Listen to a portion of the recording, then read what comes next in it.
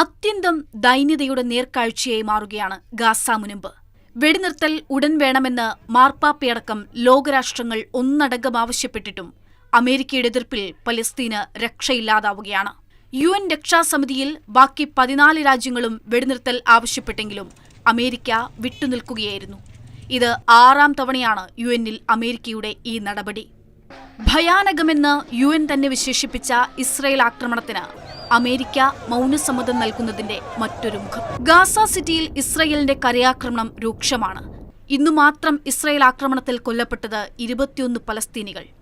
നീതീകരണത്തിന്റെ ആവശ്യം തങ്ങൾക്കില്ലെന്ന് ഇസ്രയേൽ അവകാശപ്പെടുന്ന ആക്രമണത്തിൽ നിരപരാധികളാണ് മരിച്ചു വീഴുന്നത്. പുക വമിക്കുന്ന മനുഷ്യരാണ് ചുറ്റും.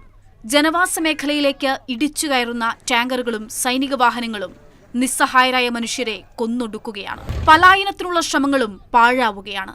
താങ്ങാനാകാത്ത ചെലവും ഓടി രക്ഷപ്പെടുന്നതിനിടയിലും വന്നുവീഴുന്ന ബോംബുകളും മരണത്തെ പേടിച്ച് മരണത്തിലേക്ക് ഓടിയെടുക്കുന്ന കാഴ്ച. വിശപ്പ് സഹിച്ച് മരിച്ചു വീഴുന്ന കുഞ്ഞുങ്ങളാണ് ഗാസയുടെ മറ്റൊരു ദൈന്യത. കഴിഞ്ഞ 24 മണിക്കൂറിനിടെ 4 പേരടക്കം പട്ടിണിയിൽ മരണം 435ആയി. ഗാസയുടെ കൂടുതൽ ഭാഗങ്ങളും ഇസ്രയേൽ പിടിച്ചെടുത്തു കഴിഞ്ഞു.